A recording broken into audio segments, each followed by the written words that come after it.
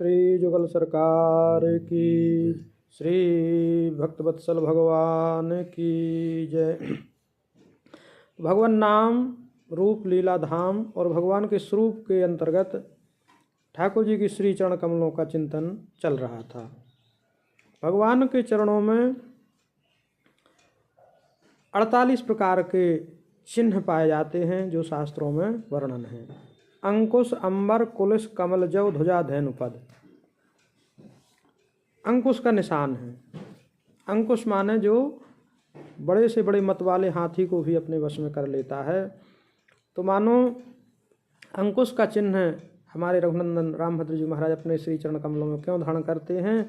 क्योंकि हमारे भक्तों का जो मन रूपी मतंग मत वाला हाथी है और मन किसी के वश में होता नहीं है। इसलिए प्रभु से प्रार्थना की गई है कि हे प्रभु, आप अपने चरण कमलों के उस अंकुश रूपी चिन्ह को दृष्टिगोचर करा करके मेरे इस मन रूपी मतंग को जिस प्रकार से महावत उस अंकुश से हाथी को वश में कर लेता है, आप भी प्रभु मेरे इस मन रूपी मतंग को अपने वश में कर लीजिए।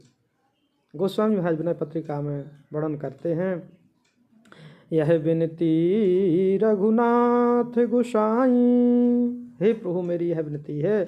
और दूसरा कहते हैं कि हे प्रभु हरिजीव तुम बहुत अनुग्रह कीनो, साधन धाम विबुध सुर दुर्लभ तन मोहि कृपा कर दीनो।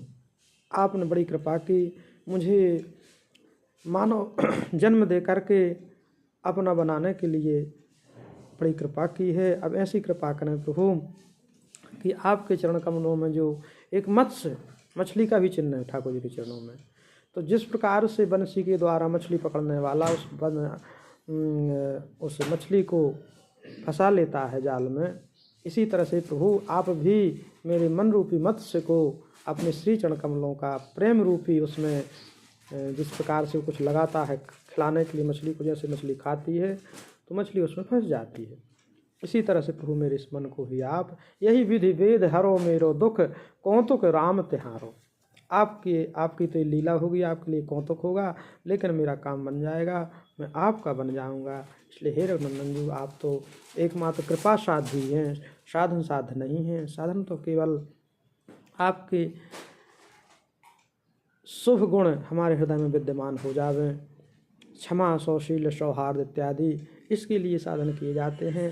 बाकी आप कृपा साध्य हैं सरकार, आप साधन साध्य नहीं हैं। तो ऐसे भगवान के दिव्य चरणों का चिंतन हमको निरंतर करना चाहिए। बोले भक्त वत्सल भगवान की जय।